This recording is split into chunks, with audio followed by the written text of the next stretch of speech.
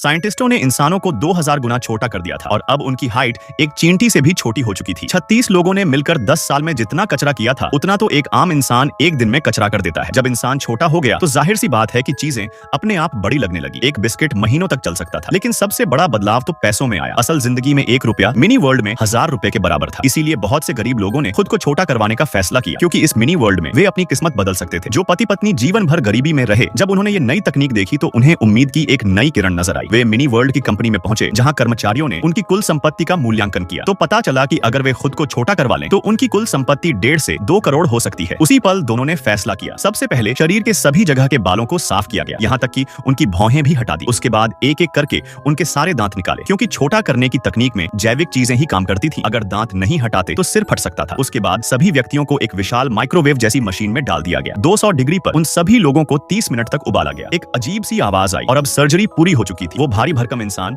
अब 10 सेंटीमीटर का एक छोटा सा खिलौना बन चुका था। एक खूबसूरत नर्स ने उन्हें ट्रॉली में उठा करके रखा। उन्हें हाथ से नहीं पकड़ा जा सकता था, क्योंकि कहीं गलती से कुचले न जाए, इसलिए उन्होंने लोहे की छोटी सी फावड़ियों से बहुत ही सावधानी से उन्हें उठाया। फिर उनके होश में आने से पहले सभी के दांत लगाए गए बिल्कुल असली आकार के, और बाल भी अब धीरे धीरे आने लगेंगे। जब बर्न को होश आया तो उसने सबसे पहले अपनी एक चीज को देखा कि वो है या नहीं। शुक्र है कि वो अब भी सही सलामत था। वह कुछ सोच ही रहा था कि नर्स एक फोन लेकर आई। दूसरी तरफ उसकी पत्नी थी, जिसने बताया कि उसकी सर्जरी आधे रास्ते में ही रुक गई थी। उसने बाल तो साफ करवा लिए थे, लेकिन सर्जरी नहीं हो पाई। बर्न को बहुत ज्यादा गुस्सा आया, लेकिन वो कुछ नहीं कर सकता था। अब बर्न सिर्फ 10 सेंटीमीटर का आदमी और उसकी पत्नी अब भी पहले जैसी ही थी। वो उदास होकर अपने नए महल जैसे घर में चला गया।